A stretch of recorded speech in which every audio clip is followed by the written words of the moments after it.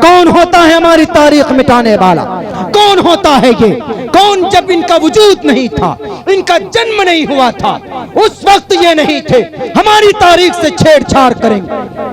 10,000 علماء کرام کو گائے کے کھال میں بند کر کے ان کو آگ میں جلایا جاتا تھا دلی کی گلیوں کے اندر۔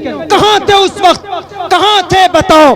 تمہارا تو وجود نہیں تھا، تمہارا بیج نہیں ڈلا تھا۔ انہوں نے پھانسی کے پھندوں کو چوم چوم کر اس دیش کو آزاد کیا۔ کوئی نہیں جھٹلا سکتا۔ قرآن، حدیث رسول، شریعت اسلام، ٹوپی اور داڑھی، مسجد اور مدرسے، یہ ایک حقیقت ہے اور اس سے بھی انکار نہیں۔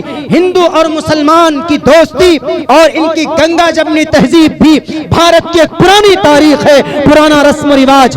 جو لوگ بیج بوتے ہیں نفرت کی، جو لوگ آج تحقیقات میں لگے ہوئے، اگر وہ دارالعلوم دیوبند جائیں تحقیق کرنے کے لیے تو ان کو بتا دینا کہ سب سے پہلے انگریز کے خلاف تلوار کس نے بلند کی تھی؟ تم نے بلند کی تھی۔ سب سے پہلے انگریز کو بھگانے کے لیے تحریک ریشمی رومال کس نے وجود میں لایا؟ آپ کو میں بتا دوں کون تھے وہ جنہوں نے تحریک چھیڑی تھی۔ شروعات کرتا ہوں میں 1857 کے اندر بنگال کی گھاٹی کے اندر ایک بڑا شیر نواب سراج الدولہ آیا۔ کہاں سے پڑھ کر نکلا تھا؟ قرآن کریم کا پڑھا ہوا تھا۔ 1799 کے اندر آپ کے کرناٹکا کی دھرتی پر، کرناٹکا کی دھرتی کے اوپر ایک شیر پیدا ہوتا ہے، ایک بڑے دیندار گھرانے کے اندر پیدا ہوتا ہے۔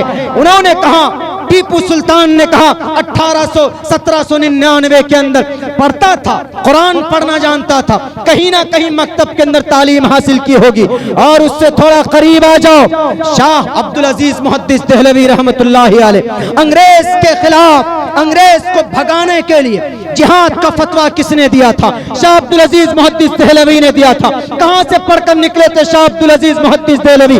مدرسے سے پڑھ کر کے نکلے تھے۔ 1819 کے اندر مالٹا میں سب سے پہلی 50 لوگوں کی لشکر لے کر انگریز سے لڑنے کے لیے کون پہنچا تھا؟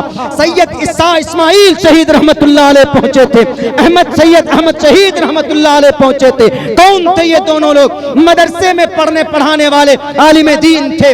اور آگے جاؤ، 1857 کے اندر شاملی کے میدان کے اندر انگریز کا مقابلہ کرتا ہے ایک بہت بڑے بہادر اور پتلے بدن کے، نام ان کا سید مولانا قاسم رحمت اللہ علیہ۔ کون تھے سید قاسم نانوتوی رحمت اللہ علیہ؟ مدرسے سے پڑھ کر نکلنے والے تھے۔ دلی کے مدرسے کے اندر، مدرسے کا نام مولانا مملوک علی ناگر کی نگرانی میں مولانا عبدالرشید گنگوہی، مولانا قاسم نانوتوی رحمت اللہ علیہ، یہ دونوں مجاہد انگریز کے سامنے ڈٹ جاتے۔ کہاں سے پڑھ کر نکلے؟ مدرسے سے پڑھ کر کے نکلے۔ حسین احمد مدنی توپ کے سامنے کھڑے ہو گئے۔ کہاں سے پڑھ کر نکلے؟ مدرسے سے پڑھ کر کے نکلے۔ اور آپ کا عبید اللہ سندھی کہاں سے پڑھ کر نکلے؟ مدرسے سے پڑھ کر نکلے۔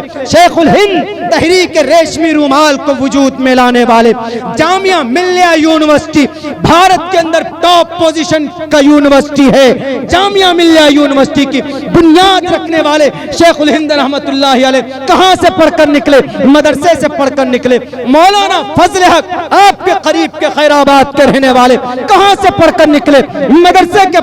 مدرسے سے پڑھ کر نکلنے والے تھے۔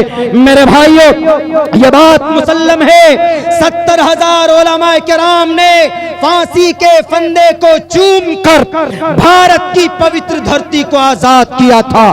یہاں کی تاج محل اور یہاں کی لال قلعہ اور یہاں کی قطب مینار کی بلندی واپس کی تھی۔ یہاں کی ہندو مسلمانوں کی گنگا جمنی تہذیب کو بھنگ نہیں ہونے دیا تھا۔ کون تھے وہ لوگ؟ مدرسے سے پڑھ کر نکلنے والے تھے۔ اگر وہ نہ ہوتے تو آج ہمارے بھارت کا یہ سمپورن پورے بھارت آج ایک جتھے کے اندر جمع نہ ہوتا۔ آج یہ ہندو مسلمانوں کی اتحاد و اتفاق، آج جو اس دیش کے اندر، آج جو کہتے ہیں کہ پوری دنیا کے اندر بھارت ایک طاقت. کس نے طاقت دی؟ کوہ نور کون لایا تھا؟ ٹوپی اور داڑھی والا لایا تھا. اور آپ کو ایک بات بتا دیتے ہیں, ان لوگوں سے بتا دیجئے گا, یہ تاریخ میں اس لیے بتا رہا ہوں میرے بھائیو, آپ کو پتا ہونا چاہیے کہ آپ کی تاریخ کیا ہے. کون ہوتا ہے ہماری تاریخ مٹانے والا؟ کون ہوتا ہے یہ؟ کون جب ان کا وجود نہیں تھا, ان کا جنم نہیں ہوا تھا, اس وقت یہ نہیں تھے, ہماری تاریخ سے چھیڑ چھاڑ کریں گے.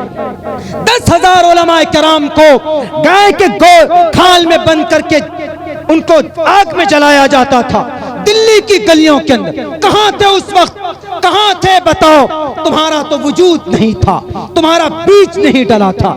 انہوں نے پھانسی کے پھندوں کو چوم چوم کر اس دیش کو آزاد کیا. اگر آج بھی ضرورت پڑ جائے مدارس بند کرنے والوں, آسام کے منسٹر صاحب, اگر 620 مدرسوں کو بند کر دو گے تو ہمیں عمارت کی ضرورت نہیں ہے, ہم اپنی کسی درخت کے نیچے بیٹھ کر قرآن کی سنویدھان کی تعلیم دیں گے. تم نہیں روک سکتے. اگر نیپال, چائنا, جاپان ہمارے دیش میں گھسے گا تو ہم اس کی پیر کو توڑنے کی طاقت آج بھی رکھتے ہیں. سر پہ کفن باندھ کر لڑیں گے انشاءاللہ. آج بھی ہمارے مدارس کے پڑھنے پڑھانے والوں کے اندر یہ طاقت موجود. نعرے تکبیر, نعرے تکبیر. علماء کرام حضرت مولانا عبداللہ قمر سالم صاحب چترویدی